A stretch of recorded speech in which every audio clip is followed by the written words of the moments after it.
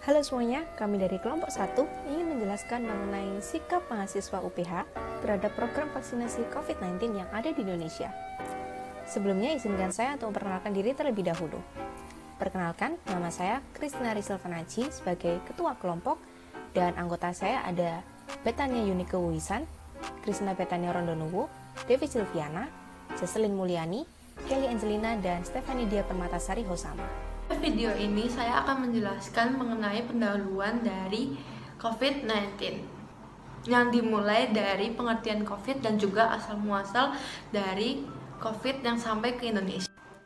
Pengertian COVID-19 atau Corona merupakan jenis penyakit baru yang disebabkan oleh Severe Acute Respiratory Syndrome Coronavirus 2 atau Corona SARS-2. Asal-muasal COVID-19 berawal dari bulan Desember tahun 2019 atau 2020 yang tiba-tiba muncul dari berbagai negara dan sampai ke Indonesia. Tingkat kenaikan kasus COVID-19 di Indonesia menurut beberapa data.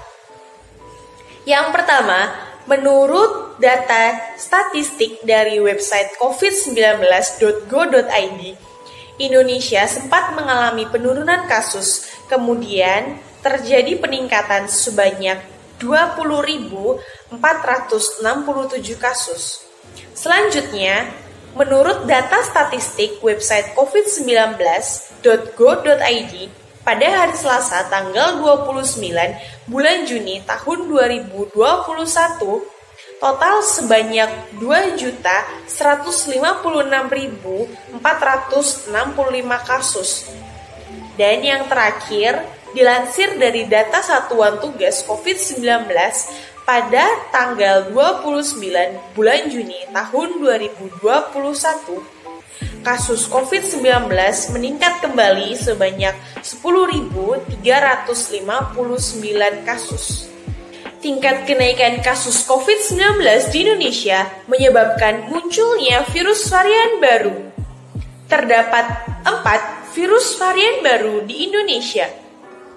Yang pertama, virus varian Alpha B117 yang berasal dari Inggris.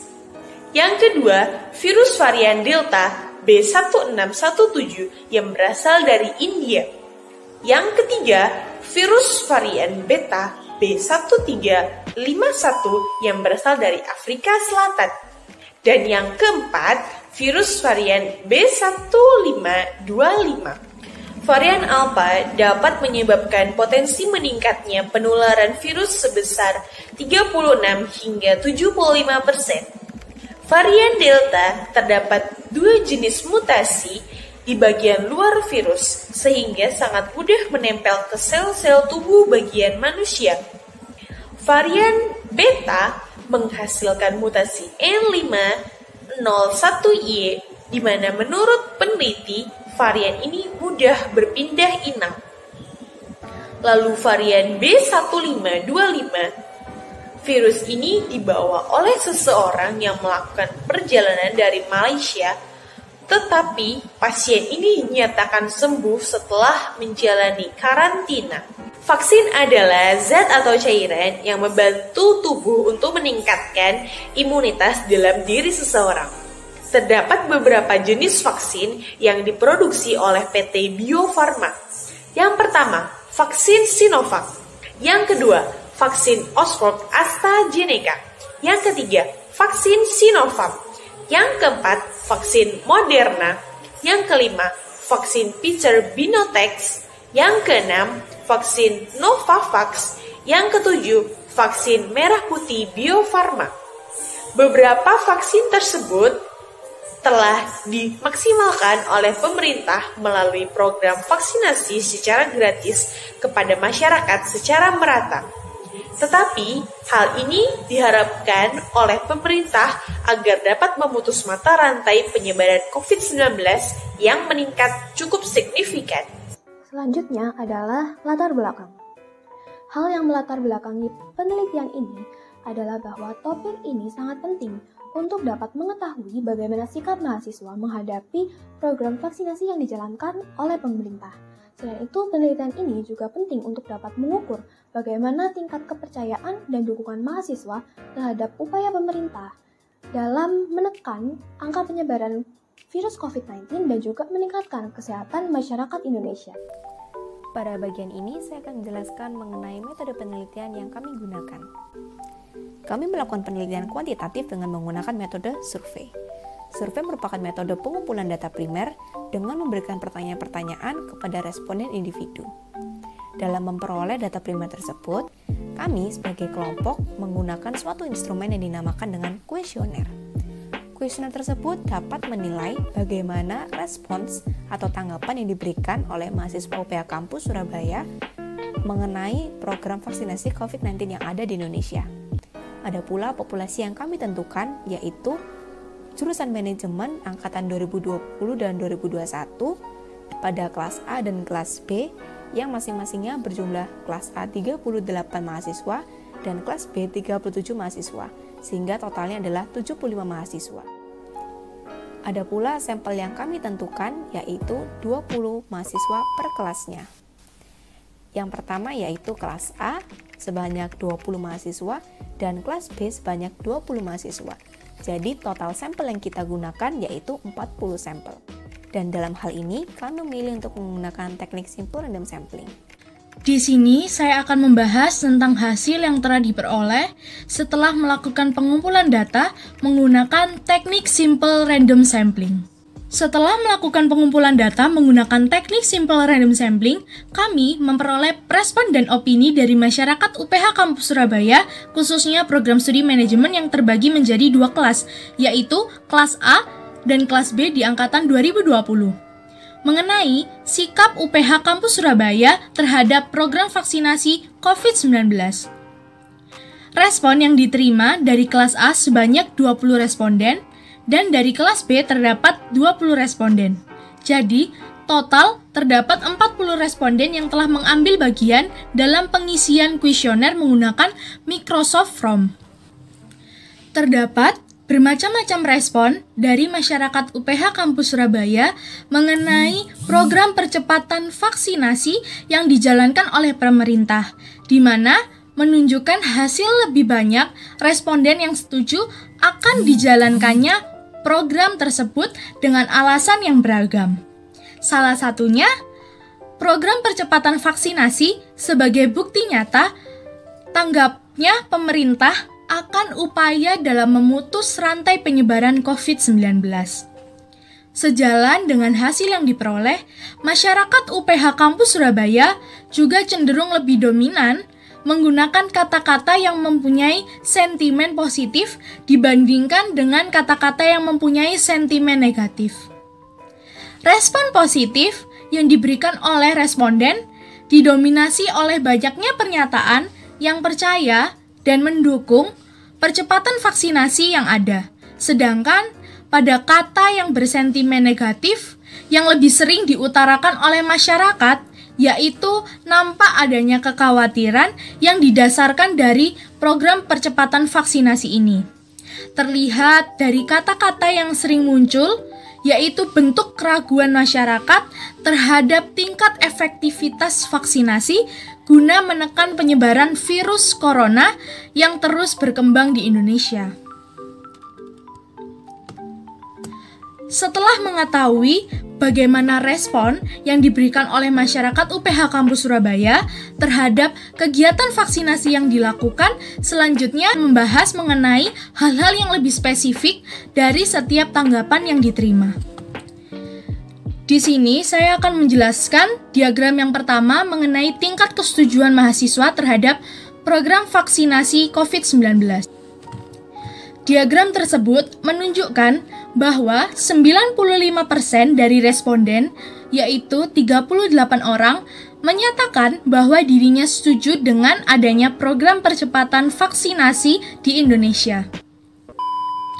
Responden yang setuju tersebut memiliki berbagai pendapat mengenai program percepatan vaksinasi. Pendapat yang pertama adalah mereka meyakini bahwa dengan adanya vaksinasi dapat membantu menurunkan angka persebaran COVID-19 di Indonesia. Pendapat yang kedua adalah program percepatan mampu memenuhi kebutuhan vaksin yang melonjak akibat munculnya varian Delta. Dan pendapat yang ketiga menyatakan bahwa semakin tanggap Indonesia dalam melaksanakan vaksinasi, maka semakin kecil kemungkinan masyarakat untuk terpapar COVID-19. Selain itu, tidak sedikit pula yang berpendapat bahwa dengan adanya program percepatan vaksinasi, maka Indonesia mampu mencegah penularan virus COVID-19 dengan lebih cepat karena meningkatnya imunitas masyarakat. Ada pula yang berpendapat bahwa program percepatan vaksin dapat memperbaiki ekonomi negara. Meskipun banyak responden yang menyetujui program percepatan vaksin, tetap terdapat 2 responden yang tidak setuju dengan program tersebut dengan alasan bahwa jika vaksinasi dipercepat, tanpa adanya unsur efektivitas di dalamnya, maka percepatan tersebut sama saja tidak ada gunanya. Yang artinya, jika tidak ada kepedulian dari masyarakat untuk melakukan protokol kesehatan, maka vaksinasi tersebut hanyalah sia-sia dan juga tidak akan menurunkan tingkat persebaran COVID-19 yang ada di Indonesia. 70% responden yakin terhadap tingkat efektivitas vaksin COVID-19. Karena vaksinasi membantu tubuh manusia memiliki antibodi yang kuat, sehingga mencegah dan melindungi diri dari penularan virus yang semakin meningkat. Adapun 11% responden rasa ragu terhadap efektivitas vaksin, dikarenakan setelah melakukan vaksinasi, tidak menutup kemungkinan manusia tersebut dapat terpapar virus. Karena imun dan respon tubuh manusia berbeda-beda. Pada intinya, tergantung dari penerapan protokol kesehatan yang dilaksanakan setiap individu.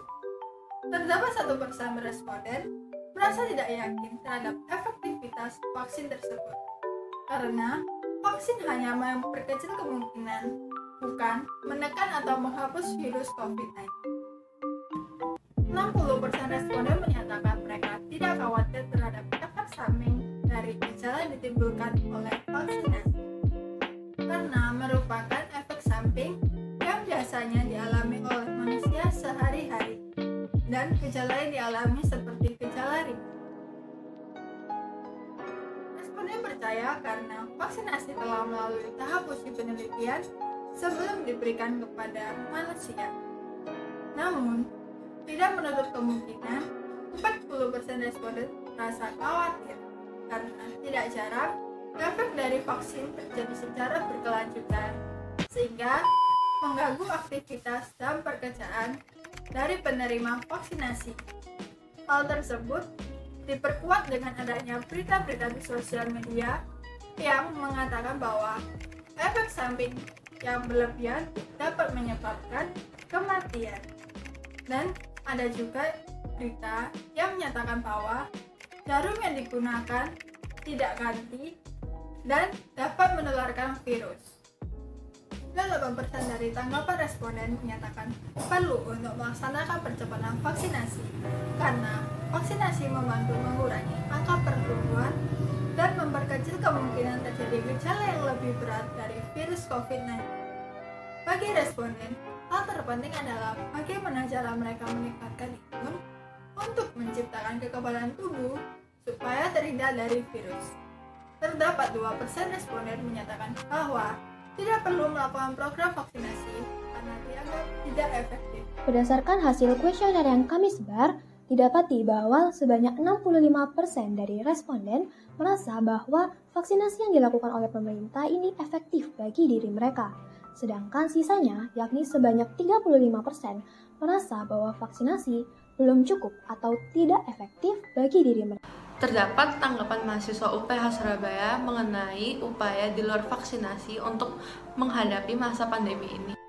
Sebanyak 98% dari responden atau 39 orang mahasiswa mengatakan bahwa upaya-upaya tersebut atau upaya-upaya di luar vaksin sangat diperlukan untuk menangani pandemi. Selain itu, terdapat pula 2% dari responden atau 1 orang yang mengatakan bahwa tidak diperlukan melakukan upaya-upaya di luar vaksinasi untuk menangani pandemi. Oleh karena itu, dengan ini masyarakat dapat mengembangkan ide kreatif dengan memulai membangun bisnis dengan menggunakan sosial media sebagai alat untuk promosi. Selanjutnya yaitu kesimpulan. Kelompok kami dapat menyimpulkan bahwa percepatan vaksinasi didapatkan beragam pendapat dari responden. Contohnya, terdapat alasan responden yang setuju, yaitu dengan vaksinasi dapat meningkatkan kekebalan tubuh dan vaksinasi membuat masyarakat semakin kecil untuk terpapar COVID-19.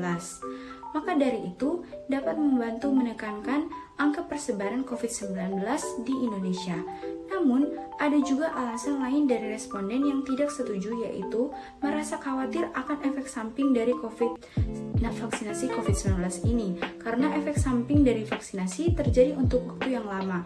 Hal tersebut diyakinkan mengganggu aktivitas. Menurut responden juga, percepatan program vaksinasi ini tidak efektif dikarenakan masyarakat tidak melakukan protokol kesehatan sehingga membuat vaksin tersebut sia-sia.